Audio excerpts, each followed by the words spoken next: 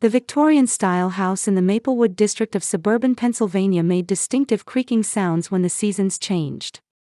Whenever Martha Collins heard those sounds, she would smile and say, "This house is getting old, just like me." After teaching English at Willow Creek High School for 30 years, she had finally retired last year and was now enjoying a quiet retirement. On an autumn afternoon, Martha sat by the window, sipping tea while gazing at the red-tinged trees in her garden. She had been living alone in this spacious house since losing her husband Thomas to a heart attack 5 years ago. Looking at his photograph, Martha let out a small sigh. "Tom, it's another beautiful day. Your favorite season has arrived." She knew there would be no response, but talking to him like this had become her daily ritual. This house, once filled with laughter and conversation, was now wrapped in silence. But Martha wasn't afraid of being alone. She had friends from her years of teaching, regularly met with her book club members, and above all, she had her daughter Allison. Allison had become a successful real estate agent well known in the area. Her name danced across sold signs throughout the region. Her husband Jason, whom she married 7 years ago, was an investment advisor, and they lived in the Riverside district, about a 40-minute drive from Martha's house. They didn't have children yet, but Allison always said, "Once my career settles down." As Martha finished her tea, the doorbell rang. A bit surprised by the unexpected visitor, she opened the door to find Allison standing there. "Mom." Allison embraced her mother with a radiant smile. "I stopped by on my way home from work. How have you been?" "Oh, just the same as always," Martha smiled as she invited her daughter inside. "Would you like some tea?" "Thank you." While Martha prepared fresh tea in the kitchen, Allison was looking around the living room. "Mom, isn't it difficult managing this big house all by yourself?" This was a question her daughter had been asking more frequently lately. Since Thomas passed away, Allison's visits had increased, and so had her concerns. "I'm fine," Martha answered while putting tea leaves in the strainer. "Mr. Jones helps with the garden every other week, and I call professionals when major repairs are needed. But what if something suddenly happens?" Allison pointed to a small crack in the cabinet. "This house is 80 years old, isn't it? There must be problems popping up all the time." While pouring tea into 2 cups, Martha quietly observed her daughter's face. Allison's eyes seemed to show genuine concern. Or was it something else? "Also," Allison continued, "Jason and I were talking recently. We'd like to live closer to you." "Oh my," Martha looked at her daughter with surprise. "But didn't you buy your house in Riverside just 3 years ago?" Allison sat at the table and answered while adding sugar to her tea. "Yes, but Jason's company has been restructured, and he'll be working from home more often. And I've also reached a point where I don't need to go to the office as much." She seemed to hesitate slightly before continuing, "Actually, we've started looking at properties around here. If there's something nice near your house." Her words hung in the air, unfinished. Martha said nothing, just sipped her tea. "So," Allison suddenly changed her tone as if making a suggestion, "we were thinking, how about living together with you?" Martha blinked in surprise. "Together? In this house?" "Yes," Allison said excitedly. "This house is plenty big, and if we're here, we can help maintain it. And..." She took her mother's hand. "I worry about you being alone. If something were to happen." Martha silently considered Allison's proposal. Living with her daughter. It was an option she had never considered. True, the house was too big, and sometimes she felt lonely at night. And lately, worries about aging had been crossing her mind more frequently. What if she broke a bone? What if she developed dementia? "What do you think, Mom?" Allison asked with eyes full of expectation. "Wouldn't it be good for both of us? We could sell our house and use the money for any necessary renovations." Martha nodded slowly. "Let me think about it, Allison." It's so sudden. Of course, Allison kissed her mother's cheek. I don't mean to rush you. But wouldn't it be reassuring to have family nearby in your later years? That evening, after Allison had left, Martha picked up her husband's photograph. What do you think, Tom? She smiled at the picture. Living with our daughter, you would have been delighted if you were here. Outside the window, the twilight was painting the garden trees golden. Martha took a deep breath. The desire to cherish time with family and anxiety about change were conflicting inside her. But somewhere in her heart, she had already made up her mind. She thought she would call her lawyer tomorrow to consult about the house ownership. That's almost done, Mrs. Collins. Lawyer Howard Green looked at Martha kindly over his glasses. He had been the family's lawyer for many years and had also handled Thomas's will execution. As you requested, the ownership will be completely transferred to Allison and Jason. But let me confirm one more time, just to be sure. Are you really okay with this? Martha smiled as she looked out the window. The moving truck had just arrived, and Allison and Jason's furniture was being carried in one after another. Yes, it's fine, she answered calmly. Allison and Jason promised I could live here until I die. Since we'll be living together, ownership is just a formality, isn't it? Howard frowned slightly. A verbal promise, I see.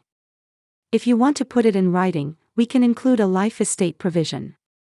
No, that's not necessary, Martha said while reviewing the documents. Allison is my daughter. Would a daughter ever betray her mother? Howard started to say something but closed his mouth. It was his job to respect his client's wishes. I understand. Please sign here. Martha took the pen without hesitation and left her flowing signature on the document. As she finished writing her name, a slight uneasiness passed through her chest, but she quickly dismissed it. She told herself this was the right decision, a decision for her family. Congratulations, Mom. Allison came into the study. She hugged her mother's shoulders and kissed her cheek. Now you're officially part of our family. Martha smiled wryly. I always thought I was family. Of course. Allison laughed brightly. Just kidding. Oh, Jason needs your help. He's deciding on the furniture arrangement upstairs. As Martha left the study, Allison turned to Howard. The lawyer noticed a subtle change in her expression but said nothing. The first few weeks were as pleasant as Martha had imagined. In the mornings, Allison would make coffee before going to work, and in the evenings, when Jason returned from work, the three would have dinner together. On weekends, they would have barbecues in the garden or take walks around the neighborhood. However, changes gradually began. Mom, when did you buy this sofa? One Saturday, Allison pointed to the old sofa placed in the center of the living room. Before you were born, Martha answered with nostalgia. I chose it with your father. It's still perfectly usable, don't you think? Allison wrinkled her nose. But honestly, it's outdated, isn't it? I found a modern sectional sofa. It would be perfect for this space. Martha was surprised. But this sofa has memories. Mom, Allison placed her hand on her mother's arm. New beginnings need new furniture. Besides, this is our house too now, so I'd like to incorporate some of our style. Martha wanted to object, but she thought Allison had a point, so she nodded silently. After all, memories of Thomas weren't in the furniture but in her heart. The next week, the living room had changed beyond recognition. Not only Martha's sofa but also her favorite old brown carpet, the wall clock, and the shelves that had displayed numerous family photos had disappeared. Instead, monochrome furniture and abstract paintings filled the room. What do you think? Isn't it lovely? Allison said proudly. Doesn't it look like an interior design magazine? Martha tried to smile, but felt somewhat uncomfortable. Yes, very modern. That evening, Jason brought up a subject. Martha, I actually have a suggestion for you. Martha turned around while clearing the dinner dishes. What is it? About your bedroom, Jason said, hesitating slightly. That room, with the morning sun streaming in, has the best view, doesn't it? Yes, I've spent over 30 years in there, Martha answered nostalgically. Actually, Allison joined the conversation, we'd like to use it as our master bedroom. Would you mind moving to the smaller room upstairs? Martha froze with a plate in her hand. The upstairs room. Yes. Allison said brightly. It gets good sunlight too, and you can see the garden. Plus, climbing stairs would be good exercise for your health, wouldn't it? A sense of pressure spread through Martha's chest. But she couldn't find words to object. Since signing the ownership transfer documents, her position had subtly changed. She was no longer the owner of this house but a resident. All right, Martha finally answered. Will you help me move? A month later, Martha no longer felt like she was living in her own home. Her living space had gradually narrowed to just one room and a bathroom upstairs. Even her kitchen time became restricted, with Allison's words like, "Mom, we have guests coming today, so I'll need the kitchen from the afternoon," becoming more frequent. One Friday, several of Allison's real estate colleagues visited the house. After Martha greeted them in the living room, she froze at Allison's words. This is Martha, the previous owner. Previous owner. She never imagined hearing such words from her daughter's mouth. That night, Martha looked down at the garden from her upstairs window and sighed deeply. Most of her life had passed in this house.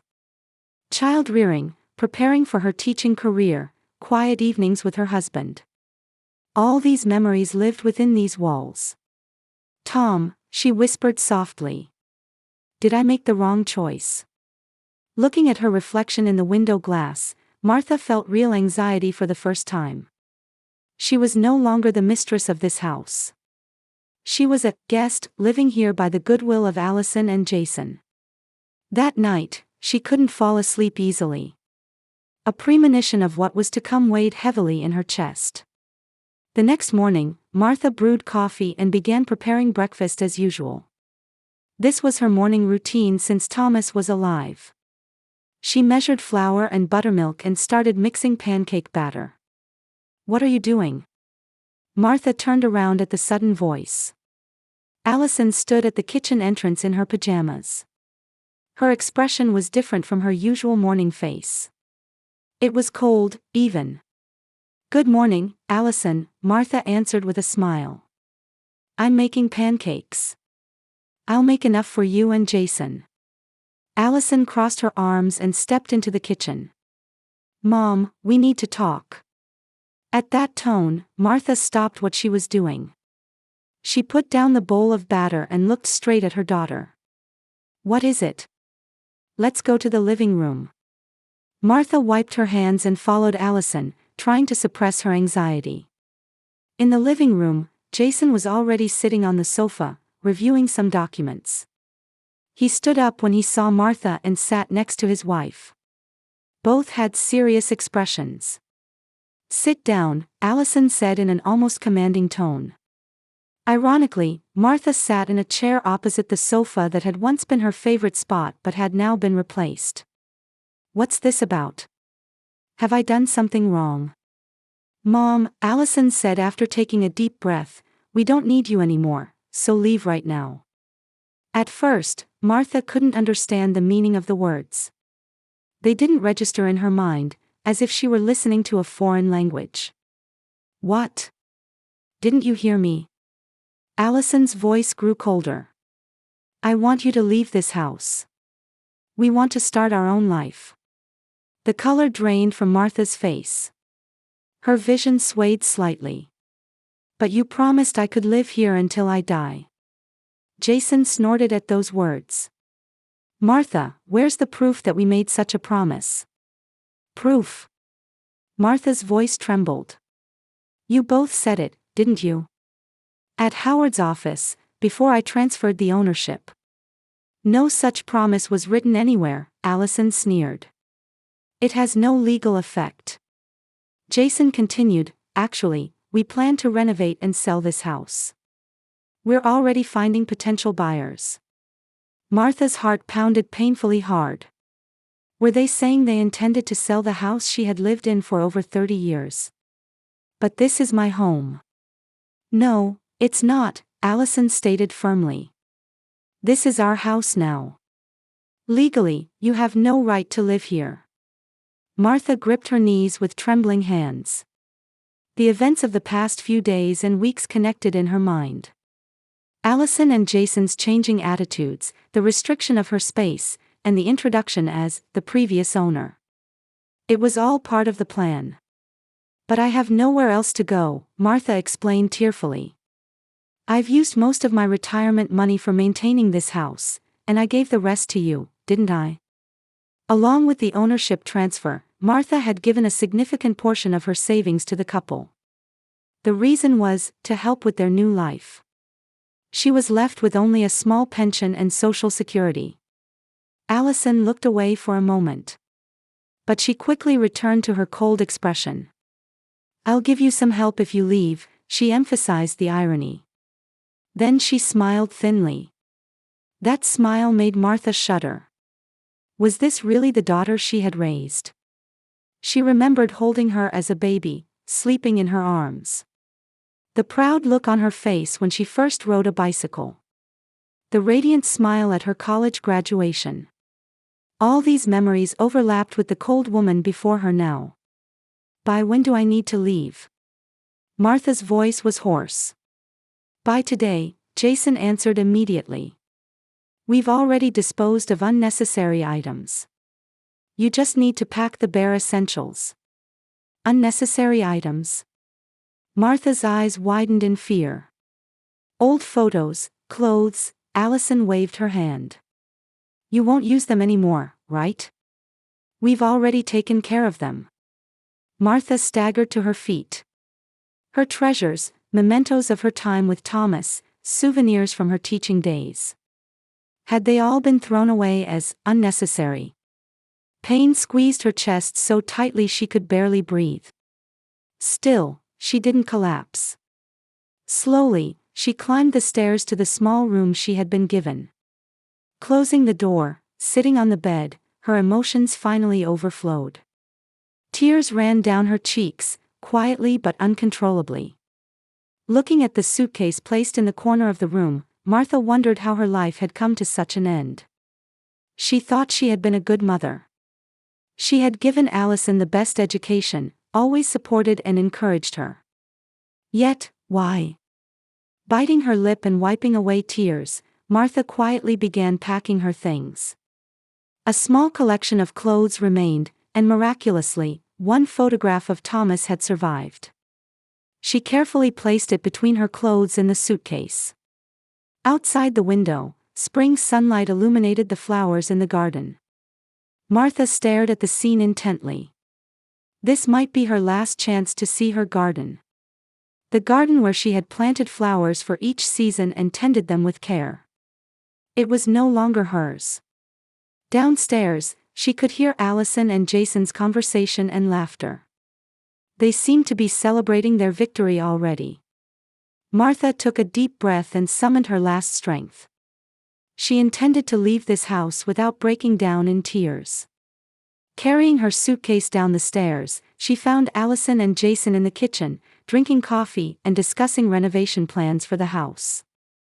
They paused their conversation momentarily when Martha passed by. "Oh, Mom," Allison said coldly. "Ready? Did you call a taxi?" "Yes," Martha answered quietly. In reality, she hadn't called a taxi yet, but she didn't want to appear miserable in front of her daughter. "I'll leave some cash for you." Allison placed an envelope on the kitchen counter. "This should be enough to secure a place to stay for a while." Martha looked at the envelope but didn't reach for it. "I don't want it." "Put your pride aside, Mom," Allison sighed. "You need money, don't you?" Martha quietly shook her head. "I needed a daughter, not money." At those words, Allison's expression clouded momentarily, but she quickly returned to her cold face. Getting sentimental won't change anything. On her way to the front door, Martha stopped and took one last look around the living room. Countless memories were packed into this room. But now, they were all in the past. When her hand touched the doorknob, Martha didn't look back. She simply opened the door quietly and stepped out into the outside world. While taking out her cell phone to call a taxi, Martha thought about where she would go for the first time. She could temporarily stay at a friend's house. But she didn't feel like explaining her embarrassing situation to her friends. She remembered the name of a nearby motel and decided to head there. In the small motel room, Martha sat by the window, gazing at the scenery outside. The sun was beginning to set, and the city lights were starting to come on one by one. Her hands trembled as she clutched her cell phone. She scrolled through the screen, looking for a name she hadn't contacted in a long time. Brian Collins. Her son. The son she had become estranged from 10 years ago due to differences of opinion. Unlike Allison, he didn't follow the path his mother wanted. He dropped out of college to join a technology startup and moved to California against the family's opposition. Martha took a deep breath and pressed the call button. After 3 rings, a familiar voice answered. Hello? Martha's throat tightened. How many years had it been since she heard her son's voice? Brian? It's Mom. After a moment of silence, her son's voice softened. Mom? What's wrong? Did something happen? Martha bit her lip, trying to hold back tears, but she had reached her limit. I need help, her voice trembled, and tears finally flowed. I really need help. The morning in the narrow motel room felt unreal to Martha. She sat on the edge of the bed, gazing at the sunlight streaming through the window. Even the fact that Brian had said, "I'll come right away," after their phone call last night seemed like a dream. A knock on the door brought Martha back to reality. When she opened it, there stood her son, grown almost beyond recognition. Mom. With just one word, 10 years melted away. Brian stepped forward and embraced Martha.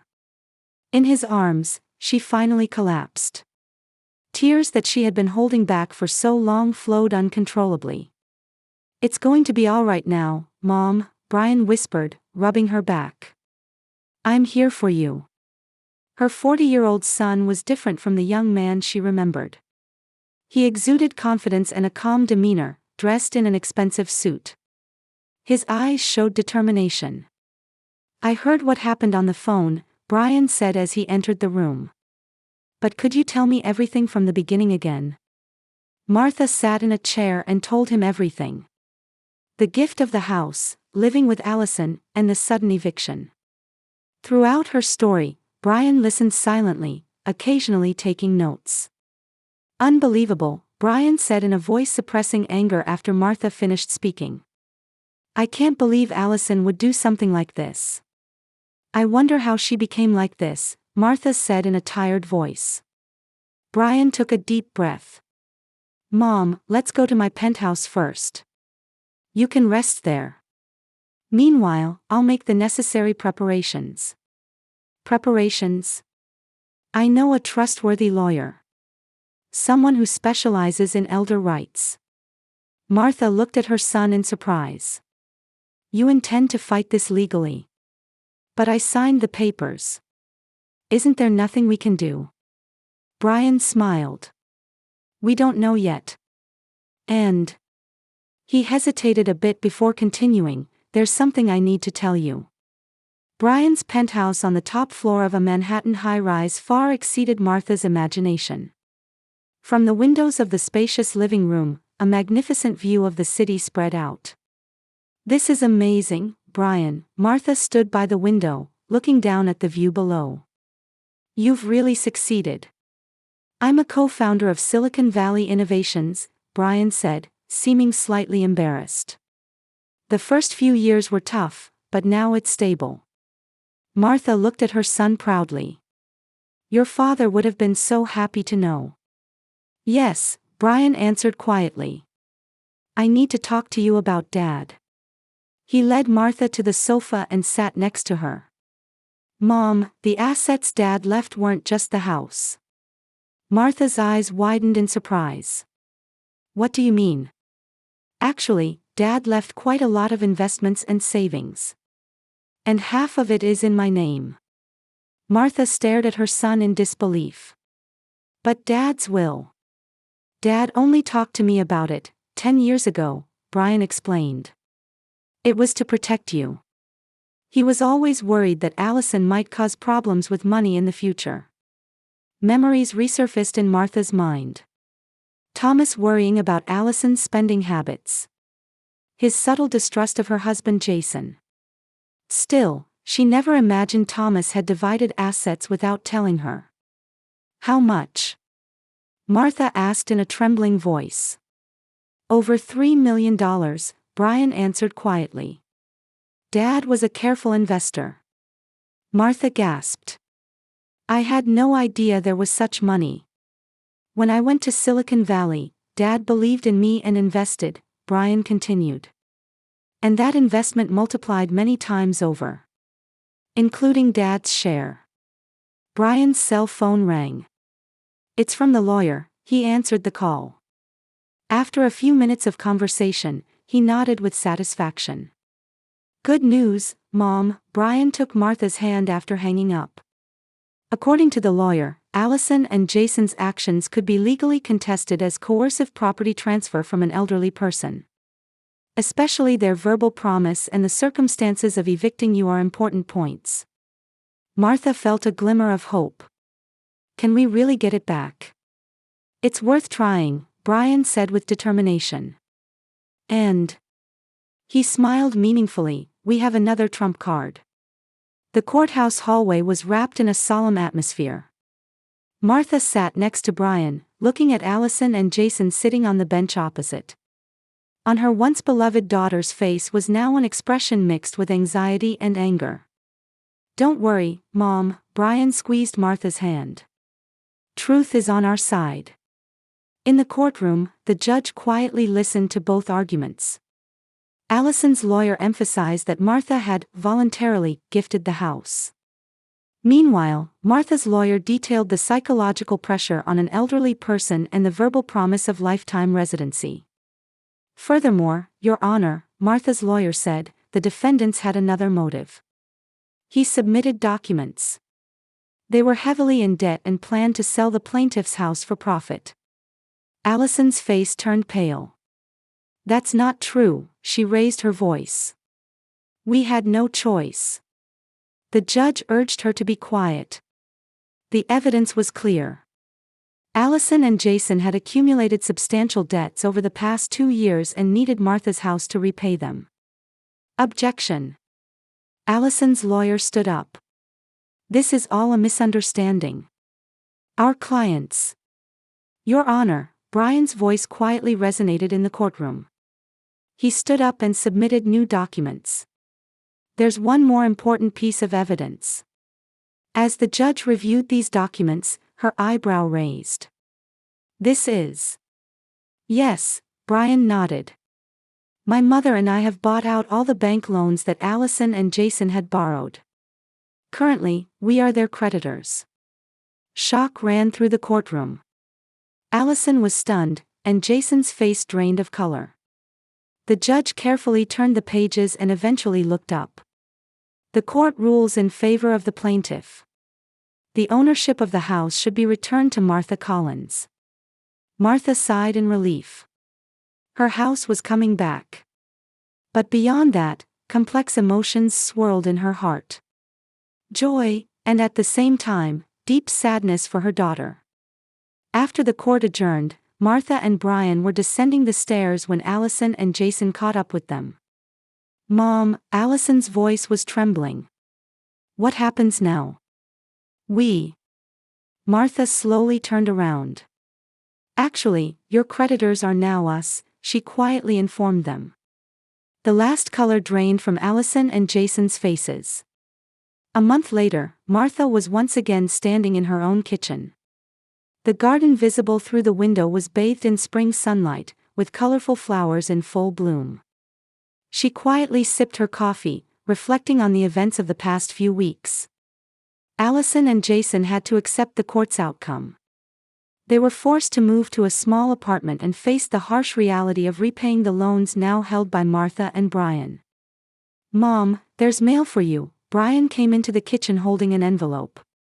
He had temporarily moved his work base to the East Coast to help his mother recover. Martha took the envelope and was surprised to see the sender's name. It was from Allison. She quietly opened it and took out the letter inside. "Dear Mom, I'm sorry for hurting you. I went crazy over money. We were financially desperate, and your house seemed like the only solution. But that's no excuse, is it?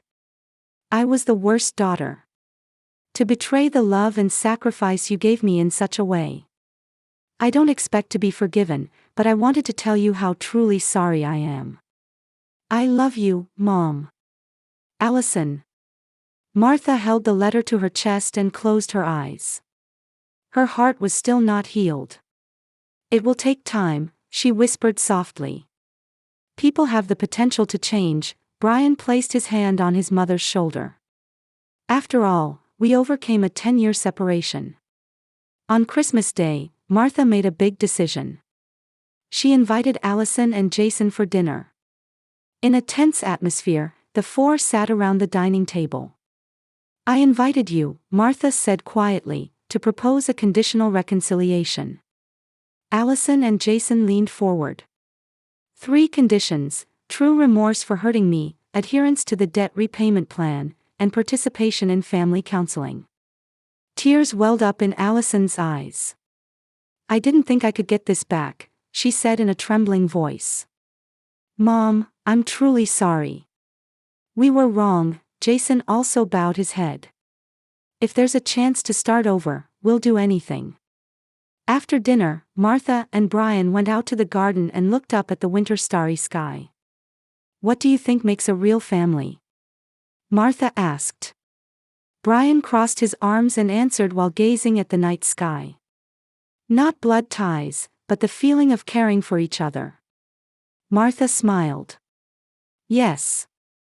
And perhaps the courage to acknowledge mistakes and grow is also necessary." On a spring day several months later, a barbecue was being held in Martha's garden. Allison and Jason had started helping with house repairs once a week and were gradually rebuilding trust. Martha sat by the window, writing in her diary while watching her family laughing in the garden. Life moves in unexpected directions. When you're hurt, it's not easy to recover, but sometimes the people who hurt you the most can give you the opportunity for the deepest growth. "I now have something more valuable than any house or property, a family in the truest sense."